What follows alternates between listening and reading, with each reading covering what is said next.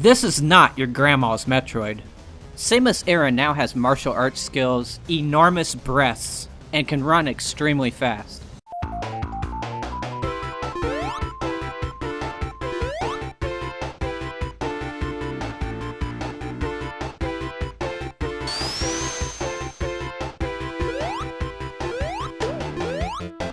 Seriously though, it's like they made the game faster, more violent, and more sexual to appeal to the largest audience possible. In the beginning, Samus receives a distress call from a scientific research ship. After arriving, she encounters a group of Marines, some of which she knows from the past. Remember me? No.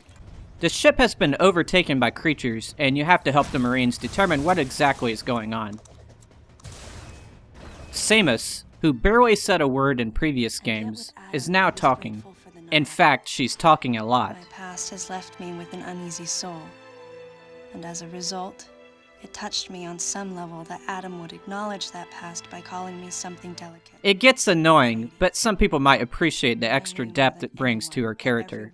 One thing's for sure, these cutscenes are gorgeous, and they demonstrate how far the Wii's capabilities can go. And beyond that, I was scared. When you're shooting enemies in the game, the computer does most of the aiming for you. With the flick of the wrist, you can fight them on your own in a first-person view.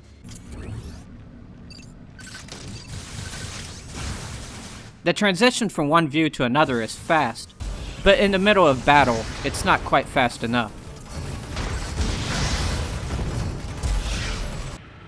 The first-person view is better utilized when you're exploring the environment around you. Exploration is what makes the Metroid series so fun, and I'm glad they kept that aspect. Even though there's a lot of interesting stuff to look at, most of it you can't interact with, because of all the invisible walls they installed. It reminds me of those museum signs, look but don't touch. When you start the game, you already have your weapons. You just have to wait for permission to use them, which is about as fun as it sounds. I have to ask that you follow my commands. You don't move unless I say so, and you don't fire until I say so. You do get to search for small upgrades though, like missiles, and figuring out how to get to them is a fun challenge.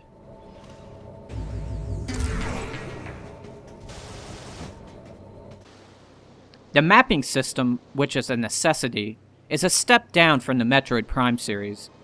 The on-screen map is useful, but it has limited range. When you open up the large map, it's often turned the wrong way. For example, see how the door here is on the right side, but when I open the large map, the door is on the left side.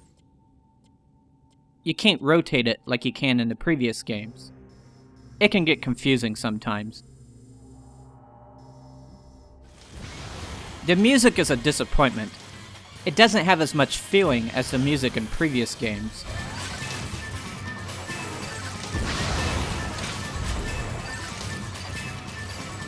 The title screen music from Metroid Prime 3 is better than anything you'll hear in the entire Other M game.